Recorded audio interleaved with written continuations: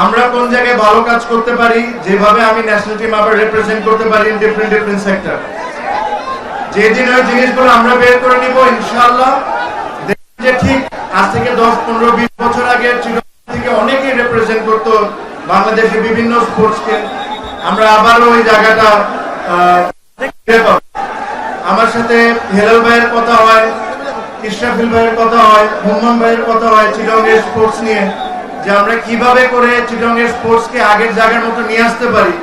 I am sure ওনারা যখন সুযোগ পাবেন তখন ওনাদের বেস্ট ট্রাই করবেন যে চিটাগং এর ইন্টারেস্টটা ওনারা সবচেয়ে আগে রাখবেন, রেখে ওনারা যে ধরনের স্পোর্টসই হোক না কেন, cricket, football, badminton, any sports, এই স্পোর্টস ওনারা প্রমোট করবেন in the right possible way, যেরকম চিটাগং থেকে আবার আমরা আগের দিনে ফিরে যাই।